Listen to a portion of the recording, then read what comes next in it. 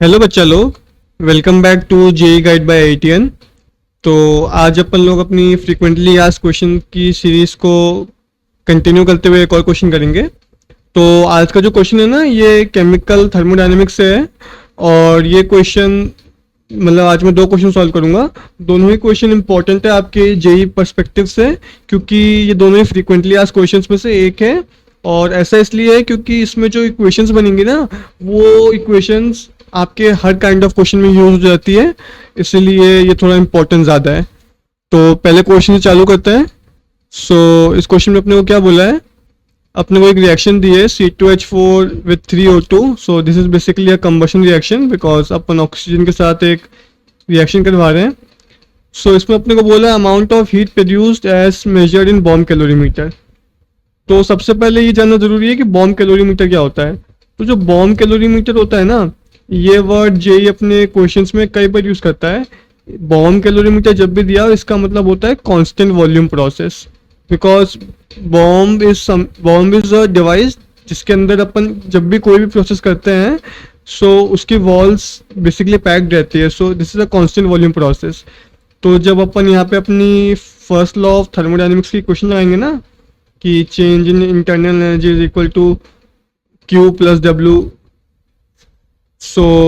यहाँ पे अपना W जीरो हो जाएगा, क्योंकि मेरा डेल्टा V जीरो है, चेंज इन वॉल्यूम जीरो होती है। चेंज इन वॉल्यूम जीरो है, इसका मतलब जो भी मेरा हीट होगा that will be due to change in internal energy of the system.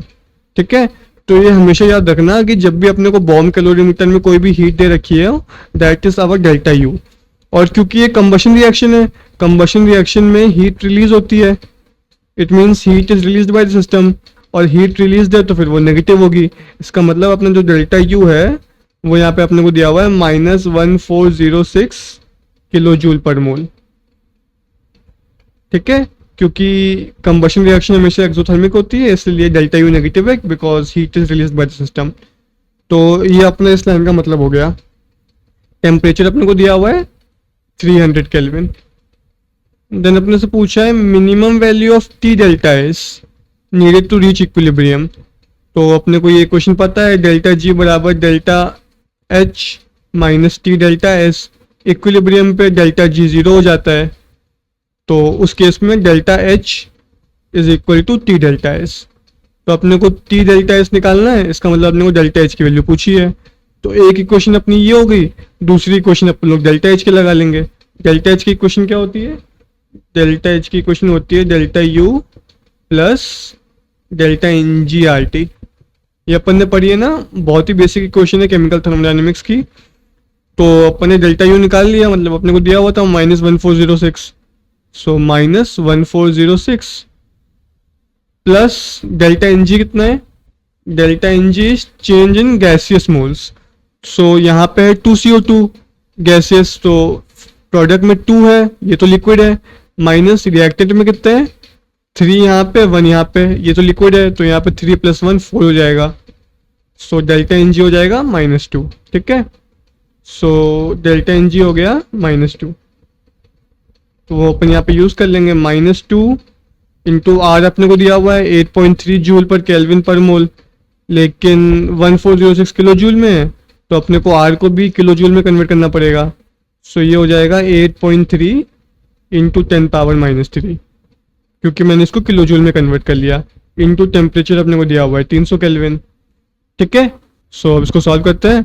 ये कितना हो जाएगा, ये हो जाएगा -1406, और इसको सॉल्व करने पे कितना आएगा -4.98। ठीक है, तो यहाँ से अपने को अपना डेल्टा H मिल जाएगा। तो मेरा डेल्टा H हो जाएगा क्लोज टू -1411 किलो जूल पर मोल। ठीक है, बिकॉज इसको -5 के अराउंड ले लेंगे तो इतना आ जाएगा अप्रॉक्स। तो ये मेरा डेल्टा H आ जाएगा इसके अप्रॉक्स। अब अपने को डेल्टा H निकालना था, क्योंकि अपने को T डेल्टा S पूछा है। -1411 है, minus is already given, 1411 is our answer, because nearest integer पूछा था, नियरेस्ट इंटीजर इज 1411। ठीक है, तो वो जैसे कि मैंने आपको बोला था कि ये क्वेश्चन इंपॉर्टेंट क्यों है, क्योंकि यहाँ पे ये दो इक्वेशन यूज हो रही है, पहली ये वाली और दूसरी ये वाली। ये दोनों इक्वेशन केमिकल थर्मोडायनेमिक्स के मोस्टली क्वेश्चंस में यूज होती है, इसलिए ये थोड़ा इंपॉर्टेंट क्वेश्चन बन जाता है। इसको आप अपने पेपर में भी एक्सपेक्ट कर सकते हो, ठीक है। तो अपन लोग ना क्या करेंगे, आपके जेई 2026 के पेपर तक, जो कि पहला अटेम्प्ट शायद जनवरी में होगा, अपन लोग तब तक ऐसे ही frequently asked important questions discuss करते रहेंगे, जो कि आपके पेपर में आने के जिसके हाई चांसेस है। तो चैनल को सब्सक्राइब कर लेना और बेल आइकन दबा देना, ताकि आपकी कोई भी नोटिफिकेशन मिस ना हो जाए मेरे आने वाली वीडियोस की, बिकॉज ये सारी वीडियोस ही आपके पेपर के लिए बहुत इंपॉर्टेंट है। मोस्ट फ्रिक्वेंटली आस्क्ड क्वेश्चंस में से अपन लोग सॉल्व करेंगे। तो अब अपन लोग आगे चलते हैं अपने नेक्स्ट क्वेश्चन पे, वो भी थोड़ा इंपॉर्टेंट है तो देख के चलेंगे। अब जो ये क्वेश्चन है ना, ये क्वेश्चन मैं मतलब 99% गारंटी के साथ बोल सकता हूँ कि ये क्वेश्चन आपके पेपर में आएगा ही आएगा, बिकॉज इस क्वेश्चन में अपने को डेल्टा एच एफ निकालना है, which is heat of formation, और अपने को बेसिकली इक्वेशंस मैनिपुलेट करनी है। तो इस टाइप का क्वेश्चन जेई मेंस के हर पेपर में आता ही आता है mostly. So this is also very important question. अब इसको सॉल्व करते हैं। अब इसमें अपने को डेल्टा एच एफ पूछा है। डेल्टा एच एफ क्या होता है? डेल्टा एच एफ होता है हीट ऑफ फॉर्मेशन। तो जब भी आपको हीट ऑफ फॉर्मेशन की इक्वेशन लिखनी हो ना, तो एक चीज हमेशा रखना कि हमेशा 1 मोल के लिए लिखते हैं अपन लोग। तो अपने को C2H6 का 1 मोल बनाना है, और बनेगा किससे? जो इसके इंडिविजुअल एलिमेंट्स हैं उनसे ही बनता है हमेशा। मतलब आप C और H को एक साथ नहीं ले सकते रिएक्टेंट में, अपने को C और H को अलग अलग लेना पड़ेगा।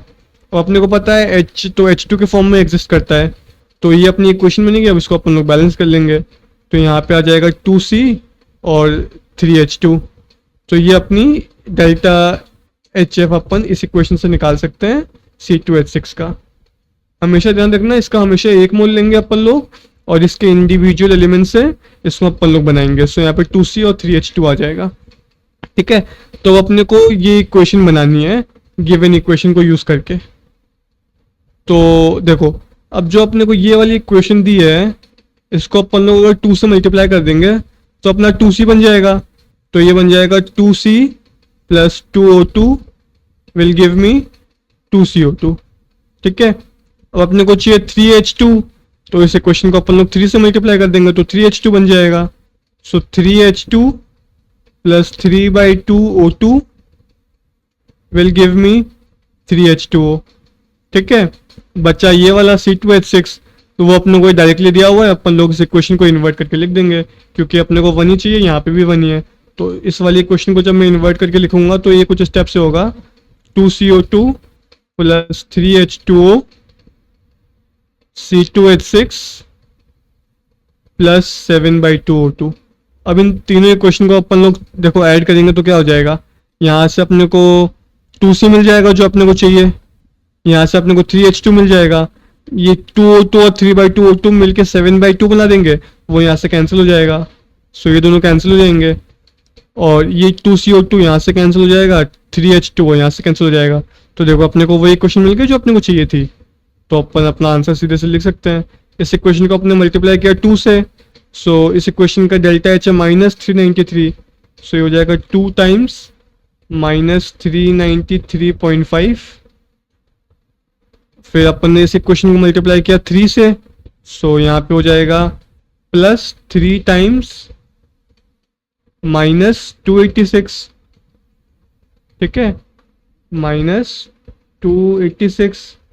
और इस वाली इक्वेशन को अपन ने पलट के लिख दिया, तो इसको अपन लोग अपोजिट कर देंगे, +1550, ठीक है। तो बस अब अपन इसको सॉल्व कर लेंगे। सॉल्व करने पे ये आपका अप्रोक्सीमेटली -95 किलो जूल पर मोल आ जाएगा, ठीक है। तो अपने को आंसर पूछा है, तो अपना आंसर नियरेस्ट इंटीजर पे हो जाएगा -95, ठीक है। तो वही अगेन क्वेश्चन सिंपल है, अपने को बस ये इक्वेशंस मैनिपुलेट करनी आनी चाहिए। अगर अपन लोग ये इक्वेशन मैनिपुलेट करना सीख गए, देन इस क्वेश्चन को आप पक्का अपने पेपर में एक्सपेक्ट कर सकते हो। बहुत ज़्यादा रिपीटेड क्वेश्चन है, हर एक जेई के पेपर में आता है, तो थोड़ा ध्यान से देख के चलेंगे, ठीक है। तो वापस मैं ऐसे ही सारे क्वेश्चन सॉल्व करता रहूँगा आपके जेईई 2026 के पेपर से पहले तक। तो चैनल को सब्सक्राइब कर लेना और बेल आइकन दबा देना, ताकि आपका एक भी आने वाला वीडियो मिस ना हो जाए, ठीक है।